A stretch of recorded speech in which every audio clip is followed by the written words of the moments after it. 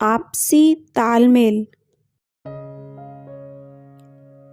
सुधा जी अपने कमरे में बड़बड़ाती हुई घुसी।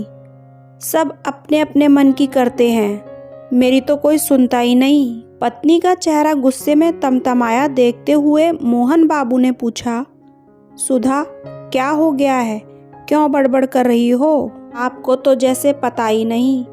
वही आपकी लाडली बहू, आज उसका एसी खरीदने का मन हो गया है और देखना शाम तक खरीद कर ही मानेगी।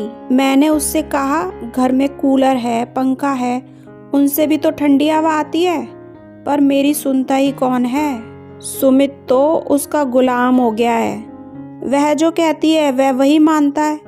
देखना शाम तक मंगवा कर ही छोड़ेगा, जोरू का गुलाम कहीं का। मोहन जी समझ गए कि रिश्तों की आपसी खींचातानी का असर सिर्फ सास बहू पर ही नहीं बल्कि सारे घर पर होगा। उन्होंने सुधा का हाथ पकड़कर उसे बिठाया और कहा, सुधा बैठो यहाँ मेरे पास, तुमसे बात करनी है।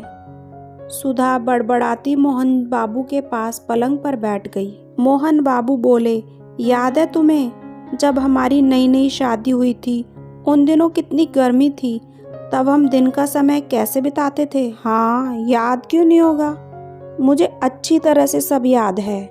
तुम बाजार से जाकर खस की पट्टियां लेकर आते थे और उन्हें गीला करके पंखे के सामने बांध देते थे, जिससे ठंडी हवा आए और मुझे गर्मी ना लगे। और माँ जी पीछे से बड़बड़ाती चिल्लाती।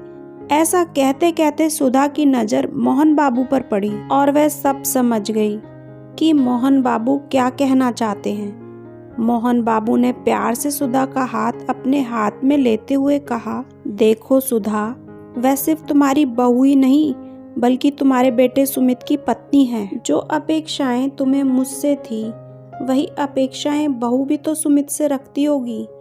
यही जमाने का दस्तूर है। पत्नी अपने पति से अपेक्षाएं नहीं रखेगी तो किससे रखेगी कि कोई उसका ध्यान रखे, उसकी सुविधाओं का ख्याल रखे। हमारे ज़माने में तो कूलर ही नहीं थे, तो एयर कंडीशन के बारे में सोचते कहाँ से। अब ज़माना बदल गया है, सुविधाएं भी हैं और हम इतने सामर्थ्यवान हैं, तो क्यों ना बच्चों को उनके मन की करने दें। और देखना, मुझे अपने बेटे बहू पर पूरा विश्वास है, वह हम दोनों के बारे में अच्छा ही सोचते हैं। वह दोनों बहुत अच्छे हैं। वह पहला एयर कंडीशन हमारे कमरे में ही लगाएंगे, उसके बाद ही अपने बारे में सोचेंगे।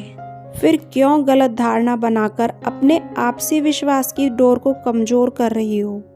यह सत्ता परिवर्तन है सुधा। तुम भी इस घर की बागडोर अपने बेटे और बहू के हाथ में सौंप दो, जैसे किसी समय माँ ने तुम पर भरोसा करके तुम्हें सौंपी थी।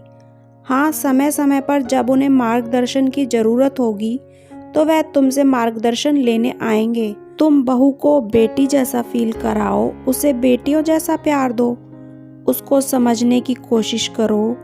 यकीन मानो वह भी तुम्हें अपनी माँ से कभी कम नहीं समझेगी। तभी पीछे से आवाज आई, मम्मी पापा आइए, देखिए तो आ गया एयर कंडीशन। बहू की आवाज सुनकर मोहन बाबू और सुधा जी चौंके। दो एयर कंडीशन और इलेक्ट्रीशियन के साथ बेटा बहू पीछे खड़े मुस्कुरा रहे थे। माँ, दो लेकर आए हैं, एक आपके कमरे के लिए और एक अपने कमरे के लिए। आखिर गर्मी में हम सबको एक साथ मिलकर ही तो चिल करना है, बहू ने मुस्कुराते हुए कहा। सुधा जी ने मोहन बाबू की तरफ देखा और आगे बढ़कर उन्होंने अपनी बहू का माथा चूमते हुए उसके सर पर प्यार से हाथ फेरते हुए बोला, जुग जुग जियो मेरे बच्चों। दोस्तों, आपको कहानी पसंद आई है तो आप कमेंट्स करके ज़रूर बताएं और इसे लाइक और शेयर करना ना भूलें। Thank you.